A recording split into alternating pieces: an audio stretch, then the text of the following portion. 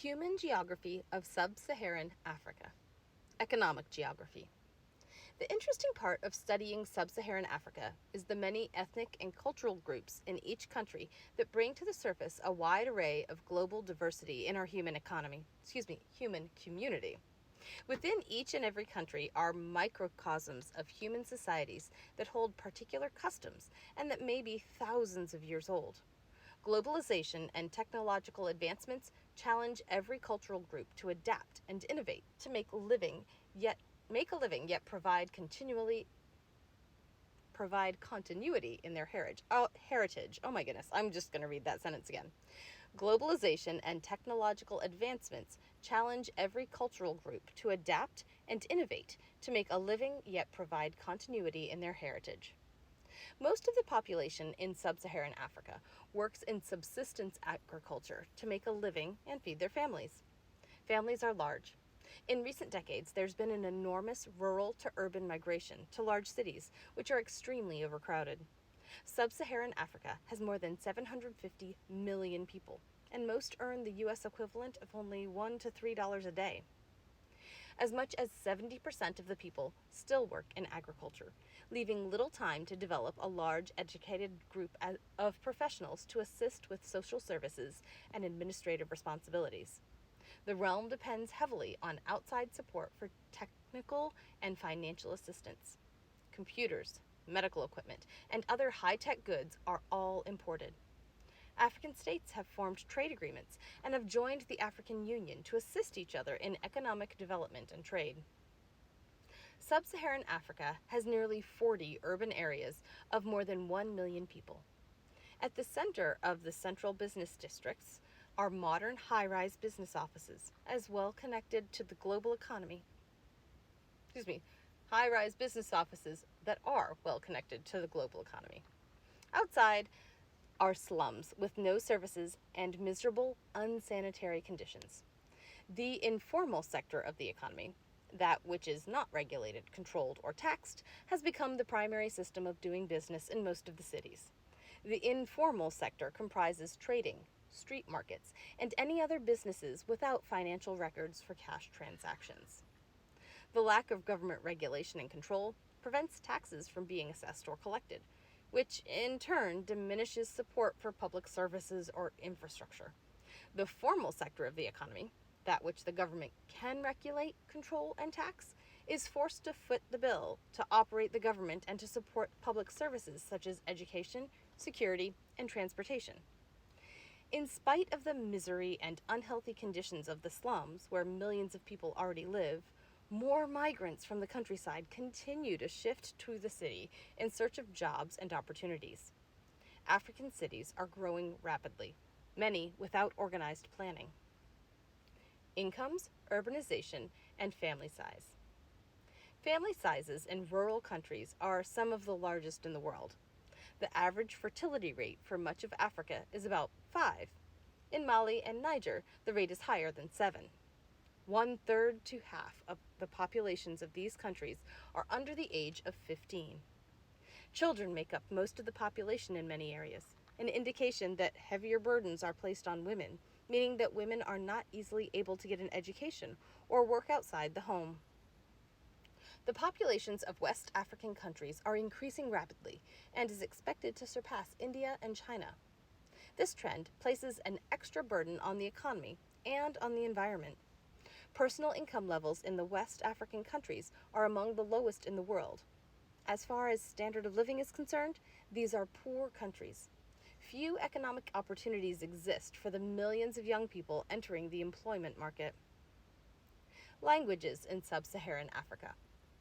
Sub-Saharan Africa covers a large land area, more than 2.3 times the size of the United States. Thousands of ethnic groups are scattered throughout the realm. There is immense diversity within the 750 million people in Sub-Saharan Africa, and within each country are cultural and ethnic groups with their own history, language, and religion. More than 2,000 separate and distinct languages are spoken in all of Africa. 40 are spoken by more than 1 million people. Many local languages are not written down and have no historical record or dictionary. Local languages without a written history are usually the first to be lost as globalization affects the realm. Nigeria, with more than 130 million people, is the most populous country in Africa. It's about the size of Texas and Oklahoma combined, and the African Transition Zone cuts through the country's northern portion. More than 500 separate languages are spoken in Nigeria alone. 3 of the 6 dominant languages in Sub-Saharan Africa, spoken by at least 10 million people or more, are spoken in Nigeria. And I'm not going to pronounce these right, but I think it says Hausa, Yoruba, and Igbo. These 3 remaining major languages of the Sub-Saharan Africa. The 3 remaining major languages of Sub-Saharan Africa are Swahili, Lingala, and Zulu. And by the way, you can hear Zulu in the Lion King movie, which they linked here, and I think that's fantastic. Colonial activity changed much of how the African countries operated economically, socially, and politically. Language is one aspect of culture that indicates a colonial relationship. Many African countries today speak a European language as the official language. Mauritania is the only country that has Arabic as its official language. Nigeria has English plus other local languages. The official languages of most West Africa are either French or English, and Guinea-Bissau's official language is Portuguese. This vestige of colonial power would seem inconsistent with the desire to be free of foreign domination. However, because often dozens to hundreds of local languages are spoken within the country, choosing the colonial language as the official language produces less of an advantage for one group wishing to dominate the political arena with its own local language and heritage. For example, a language problem arises when a government needs to print material for the country. What language do they use? In Nigeria, there would be more than 500 possible languages. What if the leadership used a language only spoken by a few people? The language of those in power would provide an advantage over those that could not understand it. What if there were more than 500 separate languages in Texas or Oklahoma? How would they function? This is why many African countries have chosen a colonial language as their country's lingua franca, or national language. Ghana, which is the size of Minnesota, has more than 80 spoken languages. Ghana and Nigeria have both chosen English as their national language to provide a cohesive and inclusive method of addressing the language dilemma. A portion of the 2,000 languages spoken on the African continent will not survive. A large number of the languages are spoken by a small number of local groups that may or may not have written text or alphabet. The influence of globalization causes the country's lingua franca to overshadow local languages, which are relegated to the older generations that may not be fluent in the languages of global business and commerce. Young people often learn the lingua franca and may or may not pass their local language on to the next generation. This is how languages become extinct. Similar dynamics can be applied to local religious beliefs too. Religion in Sub-Saharan Africa. The people of Africa have followed traditional animist beliefs for thousands of years. The diffusion of Christianity and Islam to the African continent convinced many African people to abandon their animist beliefs. African religions spread with the slave trade. Examples can be found in the Santeria religion in Cuba, Umbanda followers in Brazil, and Voodoo practitioners in Haiti. Many of these examples indicate a high rate of mixing between traditional religions and Christianity. The current religious trend in Africa follows the pattern of the African Transition Zone. Most of the population north of the zone follows Islam, and most of the population living south of the zone follows Christianity. Large percentages of people in the region follow a wide array of traditional or animist beliefs. For example, as of 2010, more than 50% of the people of Togo still followed local religions not affiliated with Christianity or Islam. About 29% of the population claim to be Christian, and even fewer claim to follow Islam. Along the African transition zone, followers of one religion will clash with followers of the other. Countries such as Nigeria have a history of this type of social division, and Nigeria's government allows Islamic Sharia law to take precedent over civil law in the country's northern regions. For example, in 2002, the Miss World beauty pageant was to be held in Nigeria's capital. At the same time, Nigerian news reported the case of a young woman charged with adultery in Muslim-dominated North Nigeria. This woman was to be stoned to death for her crime. Northern Nigeria is north of the transition zone and is staunchly Islamic. Southern Nigeria is mainly Christian or animist. The northern Muslims were protesting the decadent Miss World beauty pageant, and riots spilled out into the street. Buildings were burned, cars were overturned, and more than 100 people were killed. Meanwhile, people in the south were protesting the death sentence of the woman charged with adultery. Contestants for the Miss World contest began to pull out of the competition, some in protest and some for personal safety reasons. In the end, the woman sentenced to death was smuggled out of northern Nigeria to the safety of the south, and the Miss World contest was moved to London. Both Islam and Christianity have been on the rise in Africa. As the local beliefs are replaced with monotheistic religions, there is more integration with either the West or the Middle East. Religious activity through Christian missionaries or the advancement of Islam sometimes coincides with economic support being brought in through the same channels, which is often welcome and enhances the global relationships that occur. However, Africa is still full of traditional religions with rich spiritual histories. Deities of all kinds are worshipped throughout Africa. Christianity and Islam are latecomers to the region, but they may have made deep inroads into the African culture. Both compete for the souls of the African people. Ethnic divisions and civil wars. Sub-Saharan Africa is home to thousands of ethnic or traditional groups. Each has a separate identity and history, and often one group is in conflict with another. The slave trade and the establishment of colonial political boundaries or policies exacerbated historic ethnic hostilities. Major civil wars have been fought throughout the history of sub-Saharan Africa and continue at the present time. Central Africa has endured ongoing brutal conflict in the past decade with no solution in sight. More than 5 million people have died as a result of the civil war in the Congo, or Zaire. Fighting continues between various factions over political control or control over natural resources, such as diamonds or gold. Civil wars are devastating some African countries. Many other countries, such as Zimbabwe, Chad, and the Central African Republic, have also suffered economic disintegration as a result of severe political unrest. Rwanda's Tutsi-Hutu conflict has been historic in its violence in the senseless killing of innocent people. In 1994, the centuries-old conflict erupted into violence of unprecedented proportions. Hutu militias took revenge on the Tutsis for years of suppression, and they massacred anyone who did not support the Hutu cause. Tutsi rebels gained strength and fought back and defeated the Hutu militias. More than 1 million people were killed, and more than 1 million defeated Hutus fled as refugees to neighboring countries, where many died of cholera and dysentery in refugee camps. The civil war in Rwanda and the many refugees it created destabilized the entire Central African region.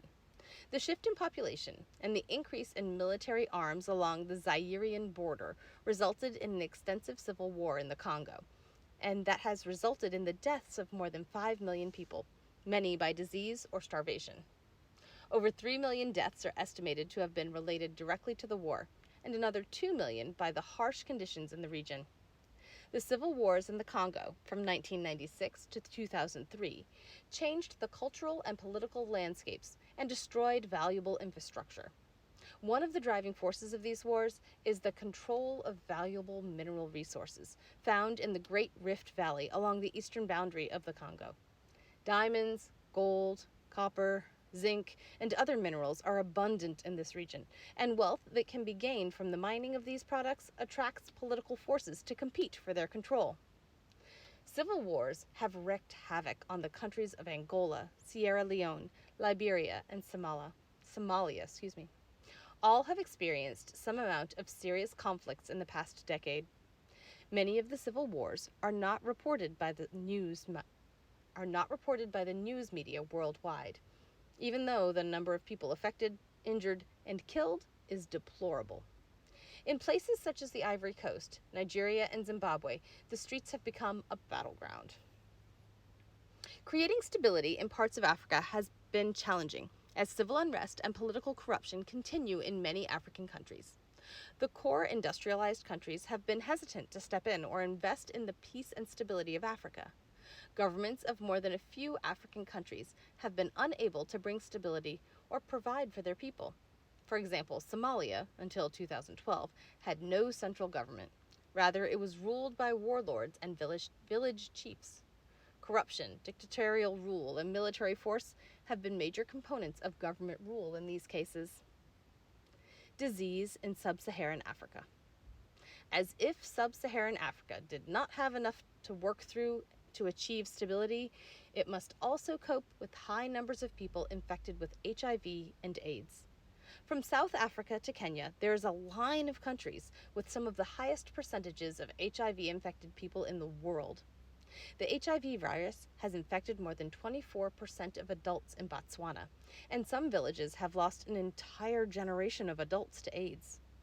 The AIDS pandemic has become a major health crisis for Sub-Saharan Africa. According to the World Health Organization, as many as 30 million people in this realm are HIV infected. It's possible to live with HIV for years before dying of AIDS. HIV-infected individuals can pass the virus to others without knowing they have it, and millions of people die of AIDS in Sub-Saharan Africa without ever knowing they were infected. The lack of education, HIV testing, and medical services hinder progress towards stopping this deadly disease. Prevention is an ideal that has not materialized yet. Many people do not want to be tested, out of fear of rejection by their family and friends if they are infected by AIDS, will surely kill millions more in Africa before a solution is found. Many other diseases are common in Sub-Saharan Africa. Some are spread by vectors in the environment. Mosquitoes spread illness such as malaria and yellow fever, which are common. Sleeping sickness is spread by the tsetse fly, which can also infect cattle and livestock. Hepatitis is widespread, as are tuberculosis and typhoid. Unsanitary conditions and polluted water are breeding grounds for microbes that can cause diseases. Guinea worms are also an issue in some areas. Ebola outbreaks have also been an issue.